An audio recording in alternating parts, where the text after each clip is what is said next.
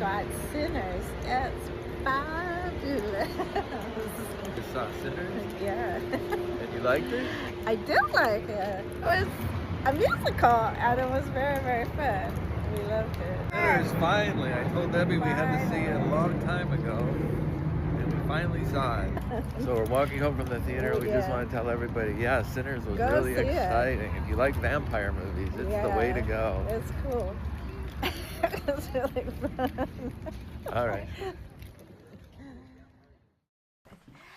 Hey, everybody. Back again. Back, yes. The spring of 2025, we've been seeing some really exciting things, and we thought we just want to pop in. We haven't done this in a while, and just kind of catch you up on what we've been seeing and let you know, and we can discuss some things. So excellent. I'm very excited about Sinners, as is everyone else. As is, it's going probably to be Oscar. It's Oscar worthy. I wanted to see it when it came out. I saw the I know, posters and I right. said, this is going to be, I think this is going to be something special. Yes. And you were a little wary and you held off for a week or two. I held off for a week. But the hype, you obviously started hearing some hype. Well, I thought, well, no, what happened was Kevin Bacon and Kira Sedgwick did a film clip coming out of the movie theater. They were talking about how great it was. And so I told Rob, I said, well, we can emulate that. We can do that. And so let's go see it. And then we'll So Kevin Bacon hyping Sinners got you to the theater, Right. not me hyping it. So Michael B. Jordan plays twins himself. The Smokestack Twins. The Smokestack Twins. Smoke and Stack. Smoke and Stack. And then that, and I know he's been interviewed about having to play two people. And then they compared it to The Parent Trap, which is one of my favorite movies. But I'm not sure that was as successful as The Parent Trap. I know, and people will probably bash me for saying that, but This is not what we're talking I know, about. We're but- talking about Sinners. Well, Sinners itself. What did you expect when you went into it? I had no expectations. I didn't really know what it was about, and I'd seen clips, but I had no idea what I was going to see. And I was just fascinated. It was really quite exciting.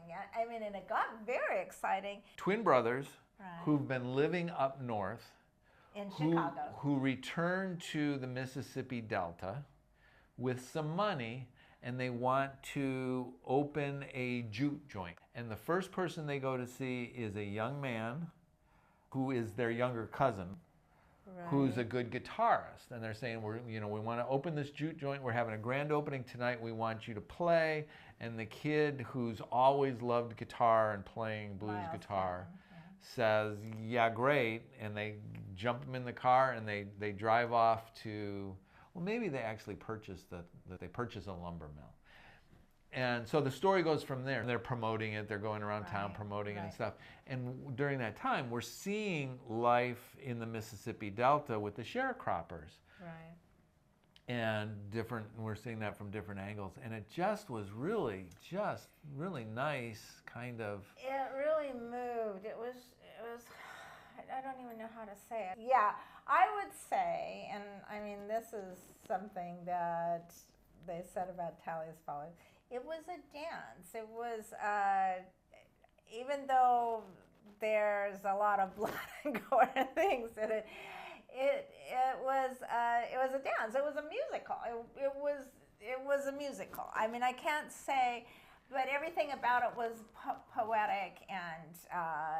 Well, there's a lot of blues and a lot of that was kind of like a heartbeat. That was kind of like driving Right. the movie along. Yes. So we should mention that it's directed by Ryan Coogler, who came onto the scene with Fruitvale Station, but since has directed the 2 Black Panther movies and the 2 Creed movies, if you remember Creed, all of which had Michael B. Jordan in it. I guess his Right. They all had Michael B. Jordan. First half of the film is very much about world building and this environment. And connecting with people that they left years ago, and and how they were going to reconnect. You know, everybody's excited to see him. They evidently worked for Al Capone, right, in Chicago when they were there. Well, there's obviously talk of that. they did things in Chicago that Yeah. got the money. They all had guns. They were all packing. The kid, again, Miles Kent, and who plays the guitar. The one saying is, you can play so hard that you can open up the heavens or open up hell, and all these people will escape into and come into reality. And so he had this guitar, which is a silver guitar. It had silver on it, right?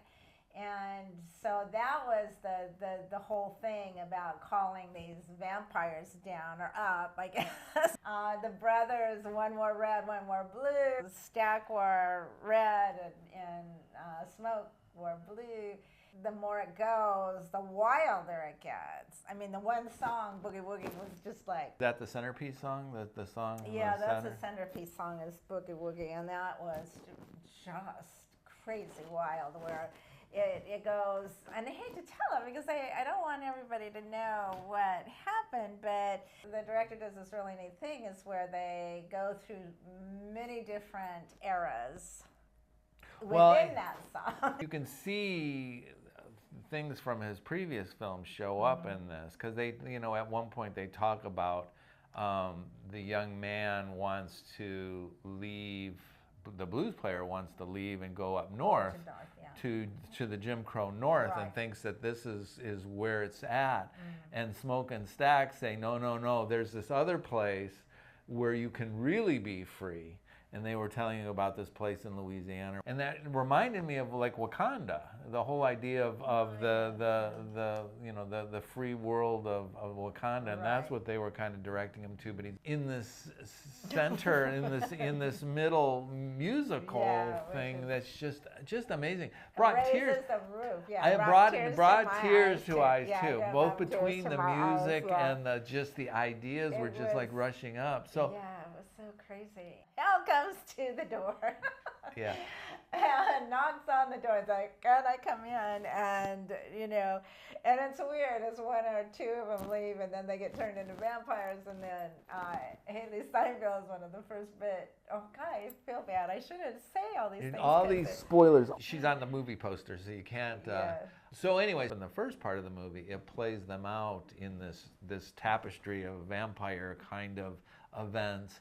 And then everybody starts having an ending. The movie's got a gazillion endings, and you got to stick through to the end of the credits because there are just like so many different incarnations. End of the credits, and then another end after that. And so people who leave early are going to be disappointed, or they're going to miss a couple of really good things. It had scary moments. It did have scary moments and twists, but you know, and I'm not.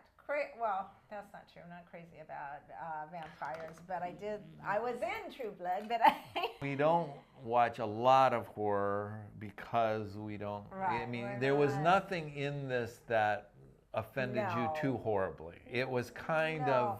And it was kind of over the top, and sometimes with the blood and stuff and everything gushing, you know, so it kind of went kind of overboard on that, and so it kind of made it that it wasn't so scary. But then there were some really touching moments in the end, and when everybody, I don't want to tell you.